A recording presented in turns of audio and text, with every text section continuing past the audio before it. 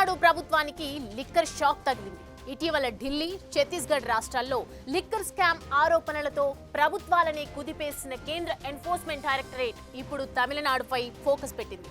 మార్చి ప్రారంభంలో తమిళనాడు వ్యాప్తంగా పలు జిల్లాల్లో నిర్వహించిన దాడుల తర్వాత తమిళనాడు స్టేట్ మార్కెటింగ్ కార్పొరేషన్ లిమిటెడ్లో 1000 కోట్ల రూపాయల కుంభకోణం జరిగిందని ఈడీ ఆరోపించింది. దీంతో అధికార, విపక్ష నేతల మధ్య మాటల యుద్ధంతో స్టేట్లో పొలిటికల్ కిక్ పెరిగింది. అసలు తమిళనాడు లిక్కర్ స్కామ్ లో వస్తున్న ఆరోపణలు ఏంటి? ఈ వ్యవహారంలో విపక్ష బీజేపీ నేతలు చెప్తున్నదేంటి? తమ ప్రభుత్వంపై వస్తున్న ఆరోపణల నేపథ్యంలో అధికార డిఎంకే వర్షన్ ఎలా ఉంది?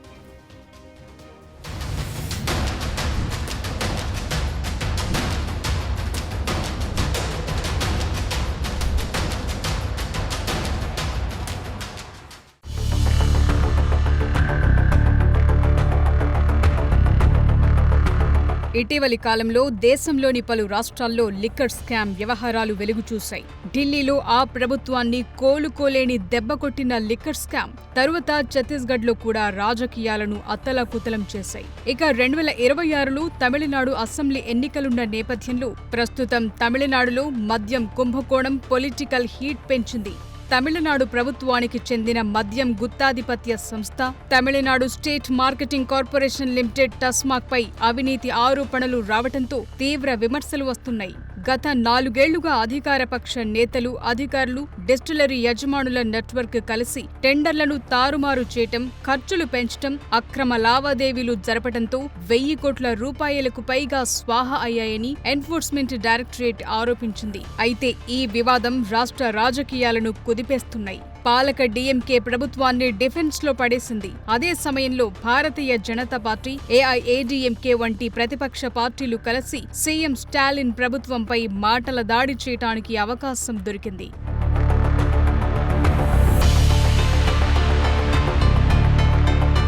ఇంతకీ ఈ స్కామ్ ఎలా బయటపడింది?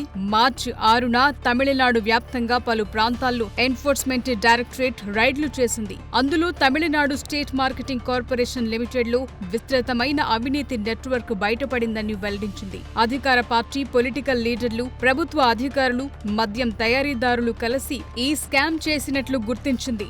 మద్యం అమ్మకాలు, సేకరణ, టెండర్ కేటాయింపులను తారుమారు చేయటానికి వీళ్లు కుట్ర పన్నారని ఈడీ ఆరోపించింది. అయితే 1983లో స్థాపించిన టస్మాక్ తమిళనాడులో మద్యం అమ్మకాలకు బాధ్యత వహించే ఏకైక అధికారిక సంస్థ. ఈ సంస్థ ద్వారా హోల్సేల్, రీటైల్ మద్యం పంపిణీపై రాష్ట్ర వ్యాప్తంగా ప్రభుత్వమే పూర్తి గుత్తాధిపత్యాన్ని కలిగి ఉంది. అంటే టస్మాక్ రాష్ట్రంలోని అతి పెద్ద ఆదాయ వనరుల్లో ఒకటిగా ఉంది. ఇది కార్పొరేషన్ డిస్టిలరీ నుండి మద్యం సేకరించి ప్రభుత్వ ఆధీనంలో ఉన్న రీటైల్ అవుట్లెట్లకు పంపిణీ చేస్తుంది. 4700కు పైగా ఉన్న రీటైల్ అవుట్లెట్లలో టస్మాక్ తమిళనాడు ఆర్థిక వ్యవస్థకు ఏటా దాదాపు 45,000 కోట్ల రూపాయలను అందిస్తుంది. అందుకే మద్యం అమ్మకాలు రాష్ట్ర ఆదాయంలో కీలకమైన భాగంగా ఉన్నాయి. అయితే టస్మాక్ భారీగా ఆదాయాన్ని అందిస్తున్నప్పటికీ పారదర్శకత లేకపోవటం, అవినీతి ఆరోపణలు, రాష్ట్రంలో మద్యపానాన్ని పెంచడంలో దాని పాత్రకు సంబంధించి తరచుగా విమర్శలకు గురవుతోంది. ఈ క్రమంలోనే తాజాగా ఎన్ఫోర్స్మెంట్ డైరెక్టరేట్ దీనిపై ఫోకస్ పెట్టినట్టు తెలుస్తోంది.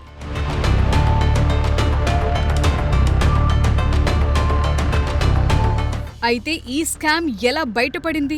మొత్తంగా ఈ కుంభకోణంలో ఈడీ చేసిన కీలక ఆరోపణలు చూస్తే మద్యం వ్యవహారంలో నకిలీ కొనుగోలు రికార్డులతో పాటు ఖర్చులు భారీగా పెంచినట్లు గుర్తించారు. ఈడీ ప్రకారం తమిళనాడులోని డిస్టిలరీ కొనుగోలు రికార్డుల్లో అవకతవకలు దొర్లాయని అంటున్నారు. ఖర్చులను పెంచి షెల్ కంపెనీల ద్వారా నిధులను మళ్లించాయని ఆరోపించారు. Devi bottles, crystal bottles, GLR holding వంటి బాటిల్ తయారీ కంపెనీలు కలిసి బ్లాక్ మనీని వైట్ గా మార్చేందుకు బోగస్ ఇన్వాయిస్లను సృష్టించడంలో కీలక పాత్ర పోషించాయని ఆరోపణలున్నాయి. అలాగే పెంచిన మద్యం సరఫరా ఆర్డర్లను పొందేందుకు మద్యం తయారీదారులు టస్మాక్ అధికారులకు లంచాలు చెల్లించారని అంటున్నారు. ఇందులో భాగంగా ఎస్ఎన్జీ, కాల్స్, అఖాడ్, ఎస్ఏఐఎఫ్ఎల్, శివ డిస్టిలరీ వంటి డిస్టిలరీలు ముడుపుల నిధుల సేకరణలో పాల్గొన్నాయని ఈడీ ఆరోపించింది.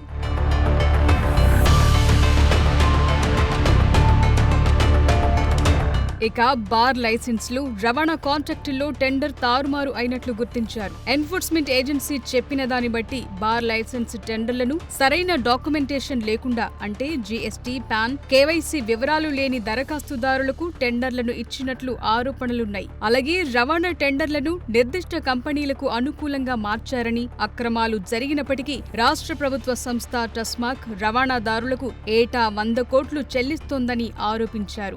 ఇక లెక్కల్లో చూపని నగదు లావాదేవీలు, మనీ లాండరింగ్ వ్యవహారంలో కూడా ఆరోపణలున్నాయి. అక్రమ నిధుల్లో ఎక్కువ భాగం నగదుగా మార్చి వాటిని తిరిగి రాజకీయ వ్యవస్థలోకి మళ్లించినట్లు అనుమానిస్తున్నారు. దీనికి సంబంధించి డిస్టిలరీ ఎగ్జిక్యూటివ్లు, సీనియర్ టస్మాక్ అధికారుల మధ్య ప్రత్యక్ష డీలింగ్స్ జరిగాయని దర్యాప్తు అధికారులు కనుగొన్నారు. దీంతో అనవసరమైన ప్రయోజనాలను పొందే ప్రయత్నాలు జరిగినట్టు ఈడీ వెల్లడించింది.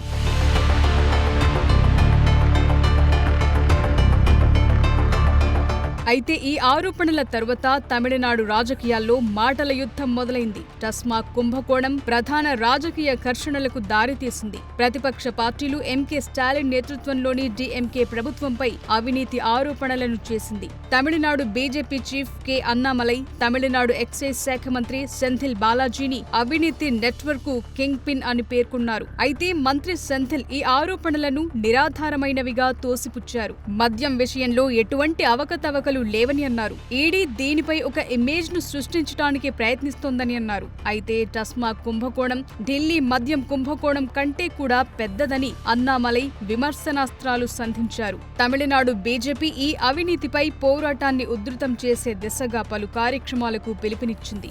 మార్చి 17న ఈ కుంభకోణానికి వ్యతిరేకంగా టస్మాక్ ప్రధాన కార్యాలయం దగ్గర నిరసనకు దిగారు. అయితే నిరసనల్లో పాల్గొన్న సీనియర్ బీజేపీ నాయకురాలు తమిళిసై సౌందరరాజన్ను తమిళనాడు పోలీసులు అదుపులోకి తీసుకోవడంతో రాజకీయాలు మరింత వేడెక్కాయి. మరోవైపు ప్రతిపక్ష అన్నాడీఎంకే సభ్యుడు ఎడప్పాడి కె పళనిస్వామి మరో అడుగు ముందుకేస్తూ అసలు కుంభకోణం 1000 కోట్లు కాదని, మొత్తం 40,000 కోట్ల వరకు అవినీతి జరిగిందని, కాబట్టి దీనిపైన ఉన్నత స్థాయి దర్యాప్తు జరగాలని డిమాండ్ చేశారు.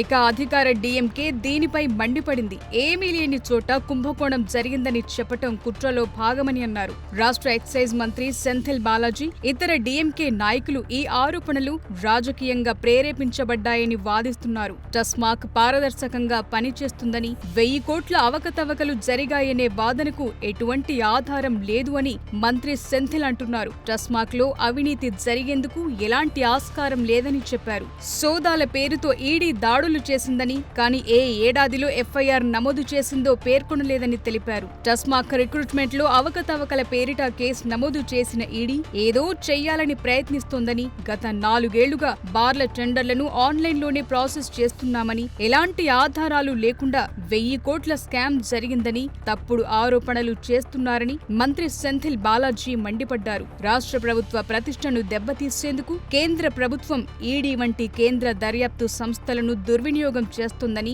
డీఎంకే నేతలు ఆరోపిస్తున్నారు.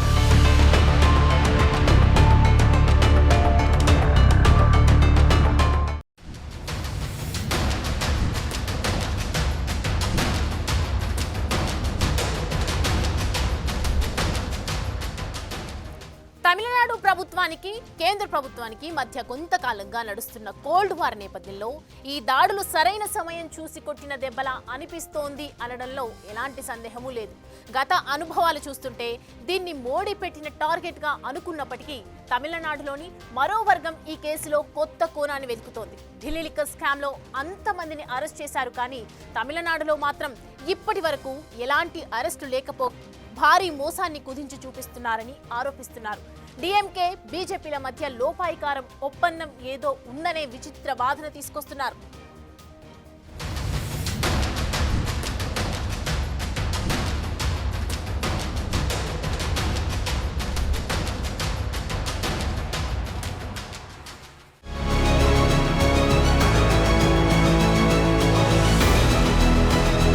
టస్మాక్ పై మనీ లాండరింగ్ నిరోధక చట్టం 2002 కింద ఈడీ దాడులు నిర్వహించింది.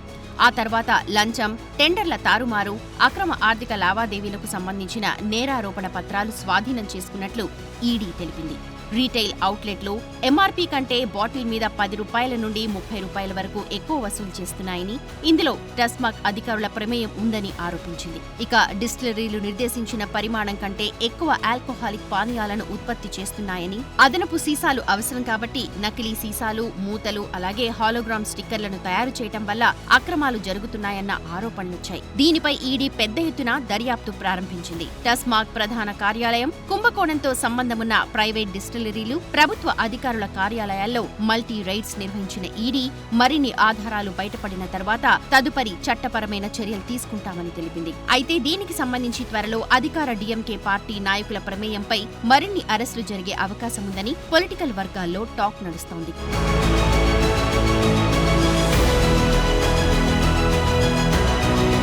ఈ నెల మార్చి 6న ఎగ్మోర్లోని పలు ప్రాంతాల్లో మొదటిసారి ఎన్ఫోర్స్మెంట్ అధికారులు దాడులు నిర్వహించారు. వాటిలో టస్మాగ్ ప్రధాన కార్యాలయం, డీఎంకే ఎంపీఎస్ జగద్రక్షకన్ కు చెందిన మద్యం company, accord distilleries and brewers కార్యాలయం ఉన్నాయి. అయితే అదే రోజు బీజేపీ రాష్ట్ర అధ్యక్షుడు అన్నామలై ఎక్స్ వేదికగా ముఖ్యమంత్రి స్టాలిన్ ను విమర్శిస్తూ తమిళనాడును అవినీతి దేశంగా మార్చి ప్రభుత్వ సంస్థలను కమిషన్ కేంద్రాలుగా నడపడం వల్లే ఈ రోజు టస్మాగ్ పై ఎన్ఫోర్స్మెంట్ డైరెక్టరేట్ దాడులు నిర్వహించింది అని విమర్శించారు. దీనిపై ఉప ముఖ్యమంత్రి ఉదయనిధి స్టాలిన్ స్పందిస్తూ త్రిభాషా విధానం విధించడం, నిధుల పంపిణీలో వివక్షత చూపిస్తున్నారని, తమిళనాడు ప్రభుత్వం కేంద్రంపై ఒత్తిడి తీసుకొస్తోందని, దాని నుండి దృష్టిని మళ్లించడానికి కేంద్ర ప్రభుత్వం ఎన్ఫోర్స్మెంట్ డైరెక్టరేట్ ద్వారా టస్మాగ్ ప్రధాన కార్యాలయంలో దాడులు నిర్వహిస్తోంది అని అన్నారు.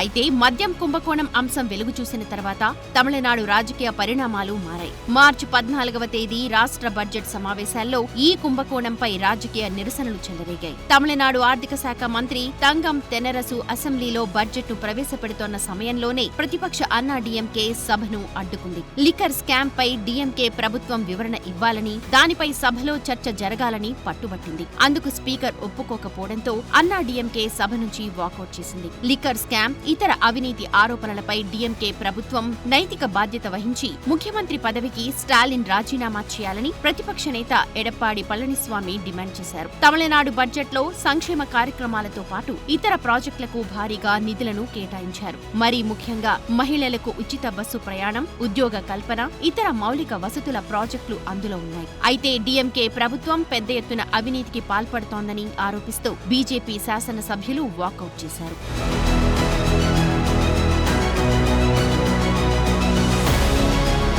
డీఎంకే పార్టీ తమ లిక్కర్ స్కామ్ ను కనిపించకుండా చేయడం కోసం భాషా రాజకీయాలపై దృష్టి మరల్చేందుకు ప్రయత్నిస్తోందని బీజేపీ నేతలు విమర్శిస్తున్నారు. ఈడీ దాడులు, లిక్కర్ స్కామ్ లాంటి అంశాల నుంచి తమిళనాడు ప్రజల దృష్టి మరల్చేందుకు ముఖ్యమంత్రి స్టాలిన్ త్రిభాషా విధానం, కొత్త విద్యా విధానాన్ని వ్యతిరేకిస్తూ వాటిపై అసత్యాలు ప్రచారం చేస్తున్నారని మండిపడ్డారు. ఎన్ఈపీ, డీలిమిటేషన్, బడ్జెట్ పత్రాల నుంచి రూపాయి గుర్తును తొలగించడం లాంటి అంశాల వరకు లిక్కర్ స్కామ్ ను తప్పుదో పట్టించడానికి స్టాలిన్ ప్రయత్నిస్తున్నారని బీజేపీ నేతలు నిప్పులు చెరుగుతున్నారు. ఈ క్రమంలో తమిళనాడులో డిస్టిలరీ కంపెనీలు దాదాపు 1000 కోట్ల లంచాలను కొంతమంది వ్యక్తులకు చెల్లించినట్లు తెలిసిందని Bharatiya Janata party IT cell జాతీయ కన్వీనర్ అమిత్ మాలవ్య సామాజిక మాధ్యమాల వేదికగా తీవ్ర ఆరోపణలు చేశారు. 1000 కోట్ల డబ్బు ఎవరెవరికి అందిందో సీఎం స్టాలిన్ తెలియచేయాలని డిమాండ్ చేశారు.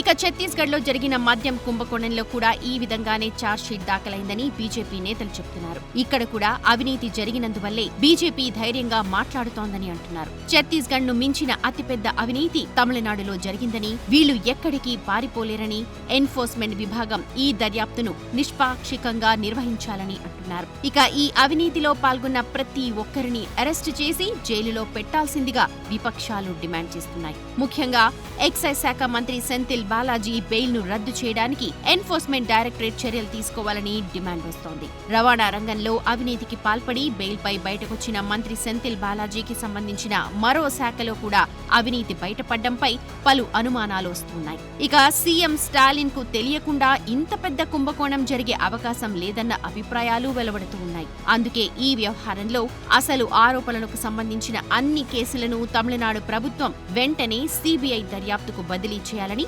విపక్ష నేతలు పట్టుబడుతున్నారు.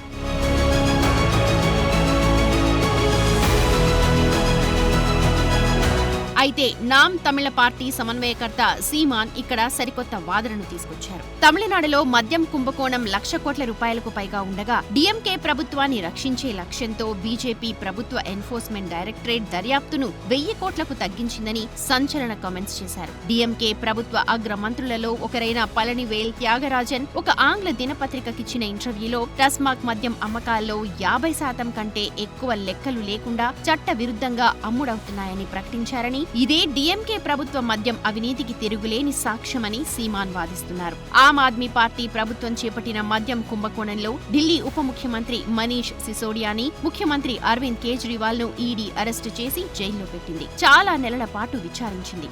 అదేవిధంగా తెలంగాణ రాష్ట్ర మద్య కుంభకోణంలో అధికార కేంద్రంగా ఉన్న అప్పటి ముఖ్యమంత్రి కె చంద్రశేఖరరావు కుమార్తె కవితను కూడా అరెస్టు చేసి ప్రశ్నించారు. కానీ 4 ఏళ్ల డీఎంకే పాలనలో జరిగిన మద్యం కుంభకోణంపై దర్యాప్తును విచారించడానికి ఎన్ఫోర్స్మెంట్ డైరెక్టరేట్ ఎందుకు ఎటువంటి చర్యలు తీసుకోవట్లేదు అని నామ్ తమిళన్ పార్టీ నేతలు ప్రశ్నిస్తున్నారు.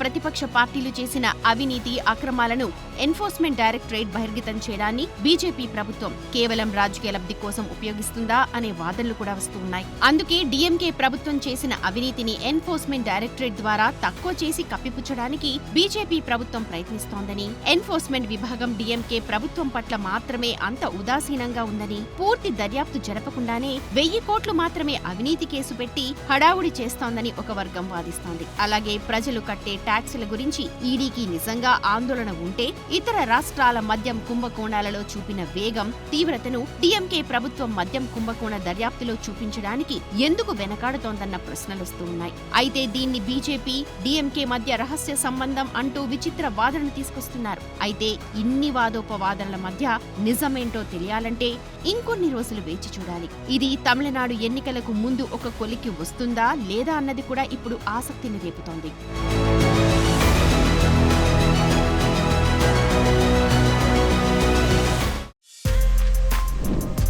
For more videos like this, subscribe Big TV channel.